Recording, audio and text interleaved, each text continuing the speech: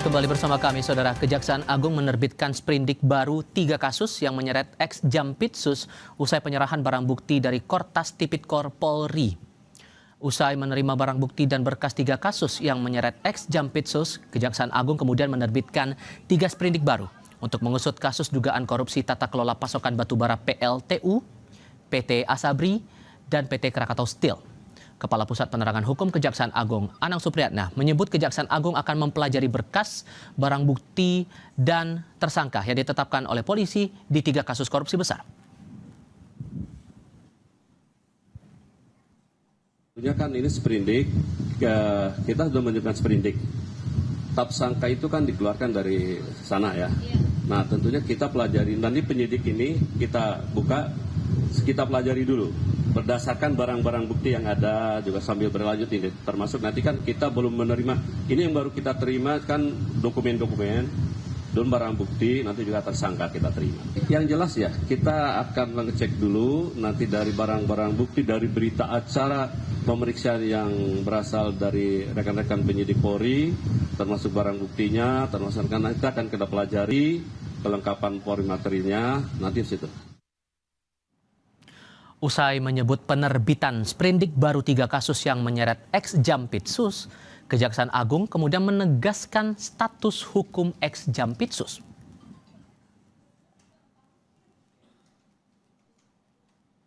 Lewat rilis tertulis, Kepala Pusat Penerangan Hukum Kejaksaan Agung Anang Supriyatna menyebut sprindik tersebut menegaskan status FA masih tersangka.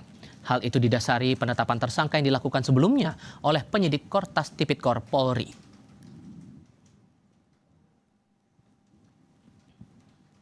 Direktur Eksekutif Amnesty International Indonesia Usman Hamid sebelumnya sempat menyebut jika Kejaksaan Agung bersungguh-sungguh, maka Kejagung tidak perlu ragu melanjutkan penetapan tersangka yang dilakukan polisi kepada ex-Jampitsus. Seharusnya kalau memang Kejaksaan sungguh-sungguh, tidak perlu lagi ragu untuk melanjutkan penetapan tersangka yang telah dilakukan oleh kepolisian. Kalau Kejaksaan memperlihatkan keraguan dengan belum juga menetapkan status tersangka, jangan-jangan ada kekuatan besar di balik ini. Nah, kekuatan besar ini juga muncul ketika ada pengerahan personil militer dalam menjaga kediaman Febri maupun juga terutama mendatangi Polda Metro Jaya.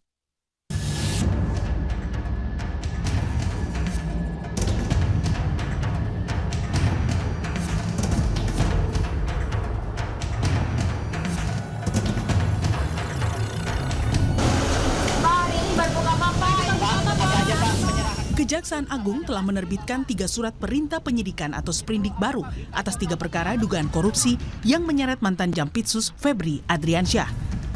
Menyusul 3 sprindik baru itu, Kejagung langsung membentuk tim khusus beranggotakan 9 jaksa untuk menyidik ex-Jampitsus Febri. Mayoritas anggota tim merupakan jaksa yang pernah bertugas di KPK. Di antaranya, Inspektur Keuangan II pada Jaksa Agung Muda Bidang Pengawasan Agus Salim, Kepala Kejaksaan Tinggi Sumatera Muhibudin, Kepala Pusat Manajemen Penelusuran dan Perampasan Badan Pemulihan Aset Kejagung, Katarina Mulyana Girsang. Dalam sprindik baru, kami terbitkan makanya sprindik yang sifatnya khusus, kita bentuk tim khusus. Ini terdiri dari 9 orang.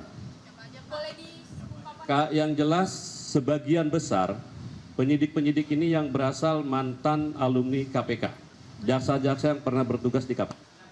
Kurang lebih 9 orang.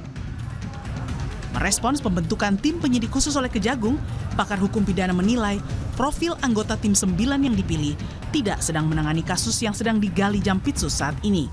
Namun demi menjaga kepercayaan publik, tim 9 diharapkan bisa mendalami asal-muasal barang bukti yang telah disita lebih dulu oleh tim gabungan Polri, khususnya 74 kg emas batangan. Sebagai jawaban, ini penyidik senior semua yang saya lihat. Senior semua. Sehingga penyidik-penyidik ini yang tidak terkait dengan perkara-perkara yang ada di Jampitsus sekarang. Apakah emasnya itu asli? Kalau karatnya berapa? Gramnya berapa? Ingat loh, barang bukti jangan sampai tercacar loh, Mas. Termasuk uangnya.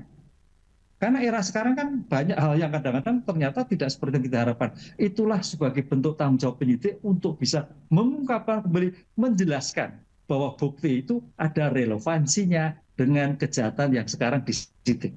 Apakah itu kaitannya pemerasan, apakah itu gratifikasi. Kan Di sisi lain, pakar hukum tata negara melihat kasus korupsi dan dugaan pencucian uang yang melibatkan mantan Jampitsus Febri syarat muatan politik.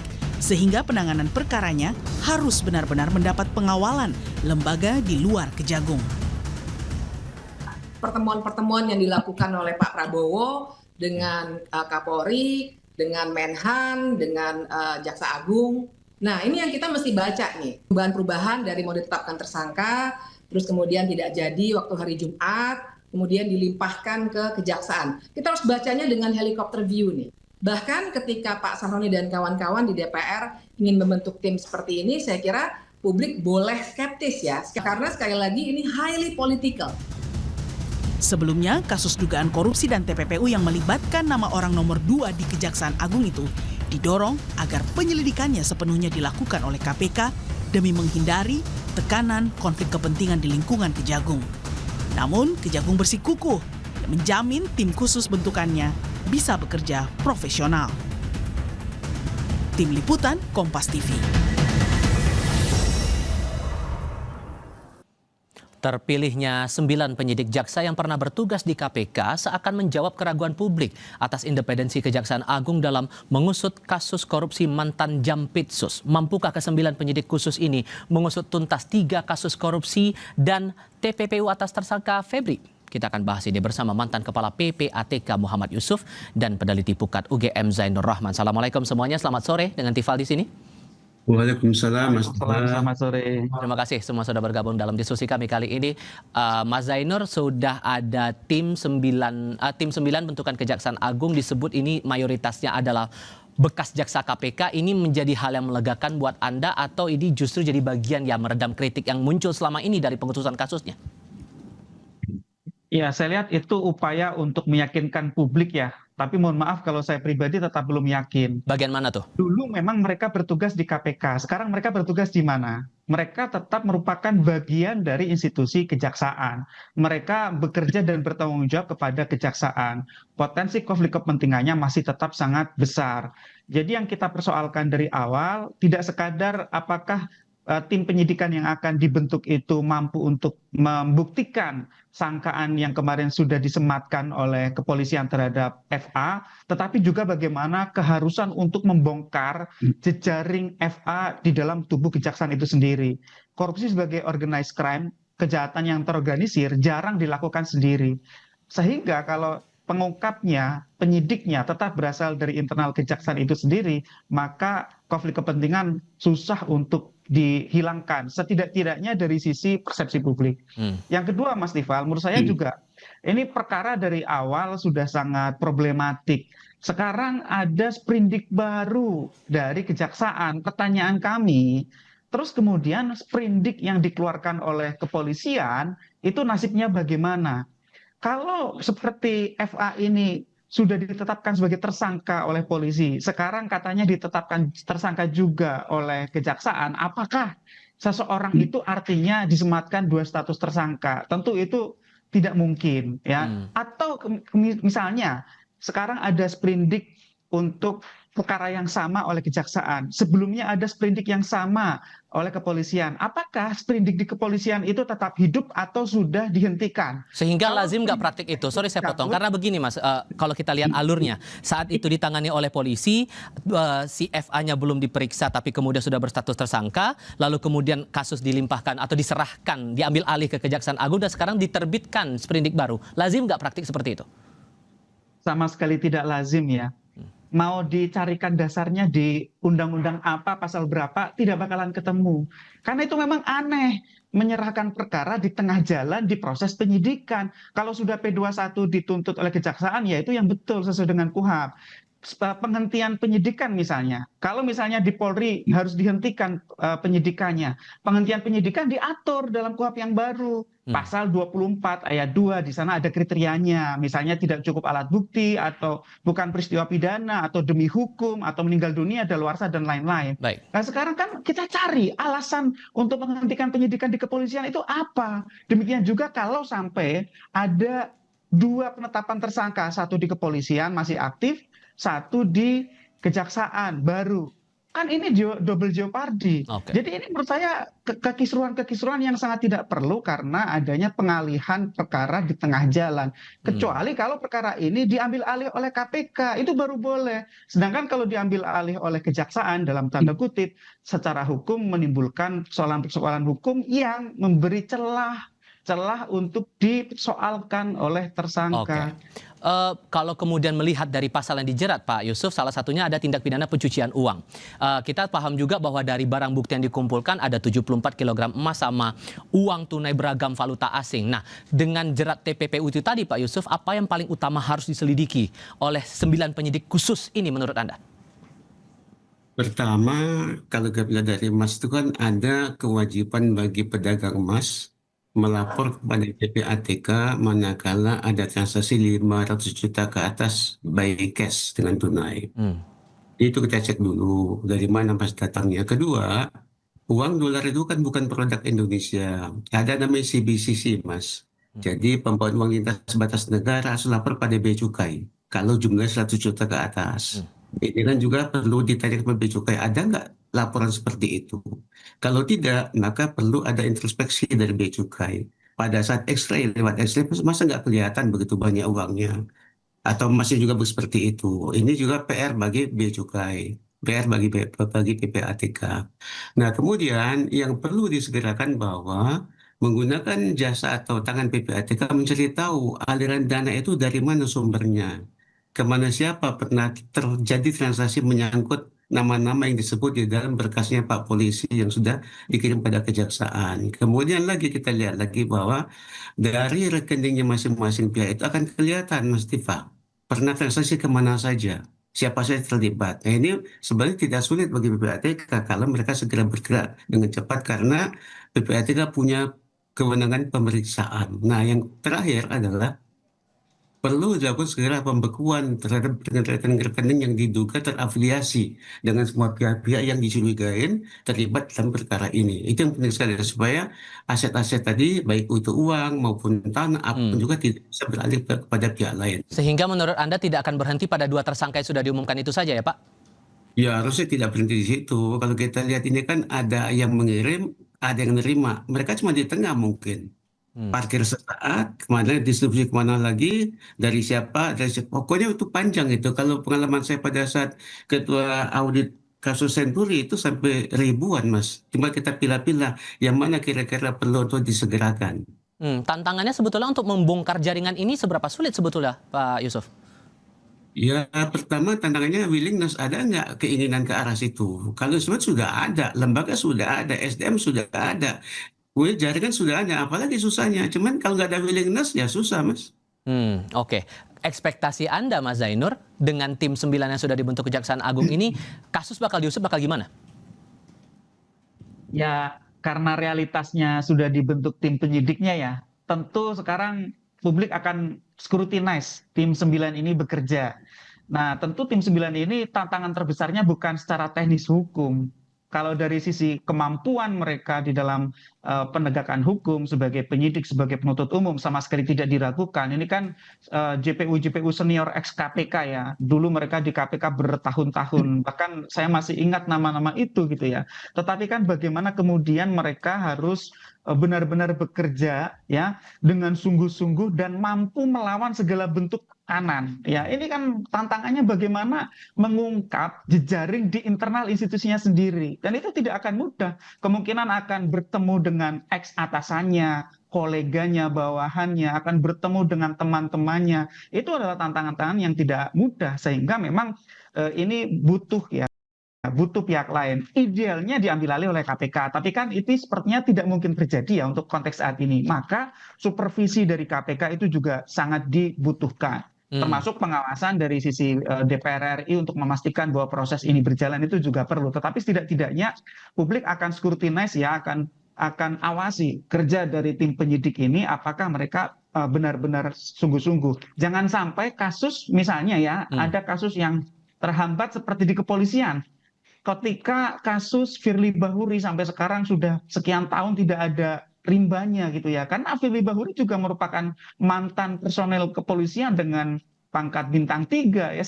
dengan FA ini bintang 3 juga di kejaksaan. Publik sangat khawatir kalau jangan-jangan kasus FA ini akan bernasib serupa dengan kasus Firly Bahuri. Melihat Mas 9 orang ini yang kami tampilkan juga daftar namanya, Anda punya catatan sendiri nggak profil-profilnya, rekam jejak mereka dalam pengusutan kasus bagaimana, Mas Zainur? Ya, tentu kami tidak meragukan dari sisi kapasitas mereka mengungkap perkara ya. Itu sekali lagi ya. Yang kami pertanyakan adalah mereka apakah mampu untuk independen, imparsial, mereka mampu melawan segala macam bentuk intervensi ketika intervensi itu dimungkinkan datang dari orang-orang yang berada di sekitarnya gitu ya. Baik. Jadi ini memang nanti masih akan diuji oleh sejarah, oleh zaman. Apakah mereka ini akan berani gitu ya untuk menjalankan tugas yang diberikan oleh Republik, oleh Ibu Pertiwi ini ya melalui undang-undang, ataukah mereka akan terpengaruh oleh SP The Corps-nya, Mas Tifal? Kalau Anda Pak Yusuf, ekspektasi Anda bagaimana kemudian tim 9 ini dengan segala profil yang sedikit banyak yang mungkin Anda melihat, rekam jejak mereka akan bisa mengusut kasus seorang yang pernah menjabat Jaksa Agung Muda Tindak Pidana Khusus yang akan mereka usut nanti? Ya, pertama kan saya juga mantan jaksa. Saya tahu dari 9 ini cuma 1 yang pernah di Gedung Bundar, cuma Riono saja. Katerina tidak pernah di Gedung Bundar, Muhyiddin tidak pernah, Agus Lim tidak pernah. Jadi kita masih berharap banyak ya. Hanya masalahnya perlu untuk dikuatkan, saya kira komitmen Jaksa Agung. Supaya tidak malu kedua kali, perlu ada komitmen bahwa ini akan berjalan tegak lurus. Demi nusa bangsa kita yang kita cintai. Yang kedua, tidak boleh ada lagi ada backing-backing segala macam itu, karena malu kita, Pak. Negara hukum tapi ada kaidah hukum dilanggar. Jadi perlu ada komitmen penegasan dari pimpinan kejaksaan bahwa mereka tim 9 ini mereka dikasih kebebasan, kemudian gelar perkara yang terbuka untuk umum, bila perlu ikut Komjak, diundang Komisi 3, diundang KPK, diundang juga penyidik Polri. Supaya ada kesamaan pandangan sehingga transparansi sebagai syarat tidak ada curiga itu sangat dikedepankan. Kemudian yang kedua bahwa perlu juga diberikan semacam skala prioritas. Ini kan karena kasusnya mungkin cuma tidak sedikit nih Pak Tifa, yang mungkin akan banyak terlibat. Perlu ada skala prioritas siapa dulu yang diselesaikan supaya tidak bertele-tele, supaya nanti ada persepsi masyarakat, oh kalau gitu betul-betul disikapi dengan serius. Menurut Anda yang prioritas apa dulu? Ya saya kira pertama si FA sama sang oknum pengacara. Karena itulah biang-biangnya itu. Nah dari mereka akan ketahuan nanti kalau ini dari memainkan perkara siapa saja, siapa yang mengurusnya, siapa lawan pengacaranya, siapa korbannya, ketahuan semua nanti itu, Pak. Yang kedua bahwa karena aset ini perlu untuk segera diamankan, dikedepankan juga para pihak yang diduga bahwa dia punya hubungan dengan aset-aset yang disita oleh dari Mabes Polri kemarin. Itu penting sekali. Oke, Anda sepakat juga Mas Zainur soal ini, masalah mengukur prioritas itu tadi?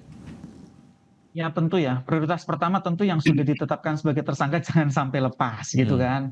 Ini juga masih akan ada banyak tantangan untuk dapat membuktikan sangkaan ya. Untuk bisa P21 pun saya pikir ini masih panjang prosesnya. Bagaimana kemudian sangkaan yang sudah disematkan itu nantinya harus dilengkapi.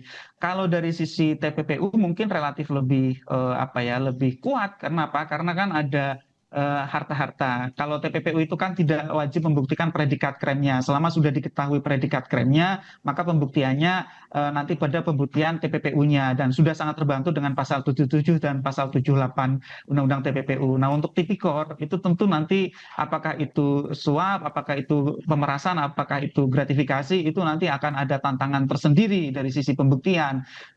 Kasus apa ya, dan kemudian siapa yang memberikan, berapa jumlahnya, di mana kesepakatan tentang apa, dan seterusnya begitu ya. Itu kan harus dibuktikan semua.